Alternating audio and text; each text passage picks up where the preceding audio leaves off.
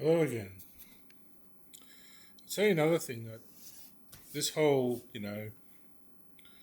naming things, owning words, and,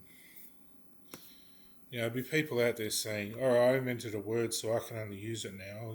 I can patent that word, it's mine. And, instead of Star Wars painting that, you might call it plong. Plong might be a word, I don't know. But say you look up the word dictionary, whatever it is, that has all the words, and you find there's no plong and there's no clong. So you call Star Wars plong clong or something.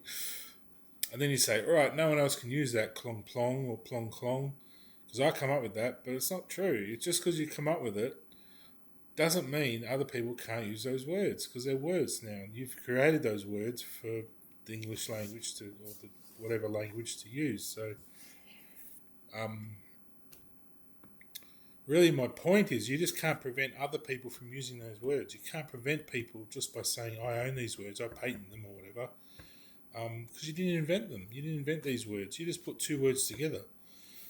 There is a limit. It's a paragraph. By definition, you can use a paragraph freely from anywhere. You can copy it, anything. Don't even have to footnote it, nothing. You can use, say there's a paragraph in a book, reasonable, I'm not talking an endless paragraph that goes on for 5 pages. I'm talking a paragraph, which is like, a large sentence, so a few sentences together, a little paragraph. So, the word paragraph comes from, it's almost like para means disabled, graph means sort of cloning, or graphing is where you chalk over something to take a lithograph or. So a paragraph is where you're almost limited. So you're limited, disabled in a way. So a paragraph is sort of the most you can take from a book without having to, or from someone else's work, without having to say, this is someone else's work. If you put it in your book, a paragraph, you can use it. Any more than that, you have to footnote.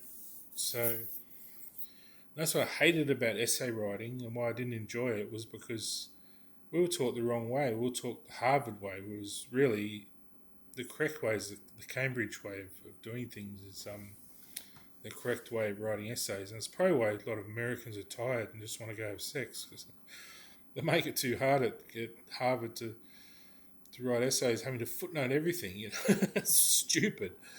If you want to put in a paragraph like, the day I was and I walked to the beach and I had to swim and then I went home. If you want to use that in your book, that one paragraph, say you use 3 paragraphs, that's wrong. You have to footnote that.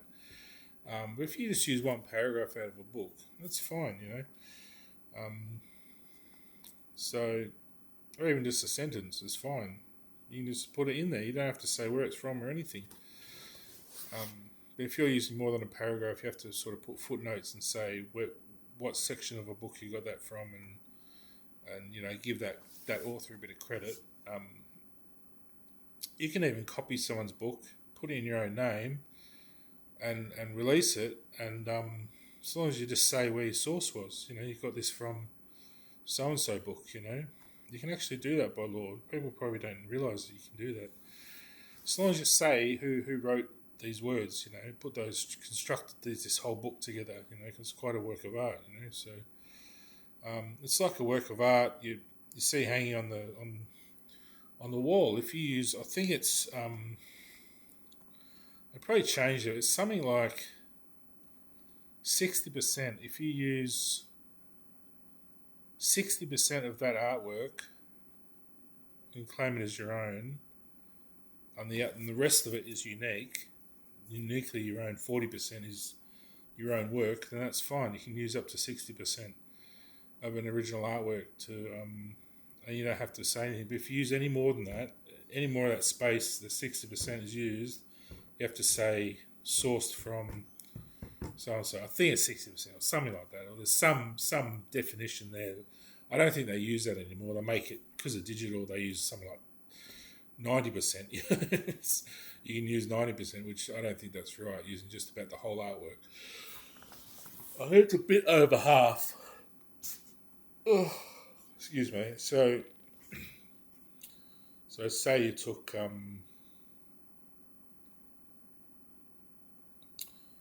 Mona Lisa and you took the face, but the rest was all like pipes and things and monkeys climbing around. Well, that's an original artwork. You've done a collage. Basically, you can collage. So you can collage an artwork up to about 60%. So it's the same thing with the book. If you take a paragraph, you're collaging. You're taking a source.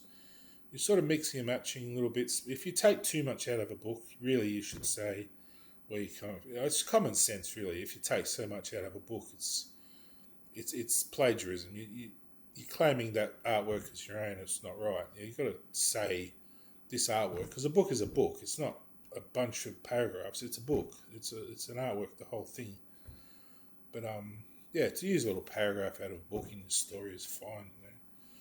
Anyway, that's the Cambridge way. The Harvard way is ridiculous, really, to footnote every word and thing you take out of a book, every idea and everything, because ideas come from all sorts of places. When you're thinking, you might have read 100 books and then your brain's just collated all those into one original thing that you think's original, but you've just got it from 100 books. Where does it come from in your brain? The things you've learned and that. I mean, I tend not to read a lot because I like being original, so I tend to just take things from nature and things around me that aren't really artwork. It's excuse me, it's more the raw materials. I take raw materials and create things from that. So in essence, I'm 100% clean of any kind of misrepresentation or anything. So maybe that annoys people. I seem a bit unattainable. They can't come and prosecute me or annoy me or hurt me. But that's the idea of heaven, is to keep you safe. So there's logic and reasoning behind it all. Like, there's fairness, because how much of a book's original that you've written anyway? Look at Harry Potter. You think she's come up with wizards and witches? You think that's original? That she's the first one to come up with a Whomping Willow or a guy called Hagrid or even a guy called Harry Potter? There's probably another character somewhere in a book called Harry Potter or Mr. Potter or...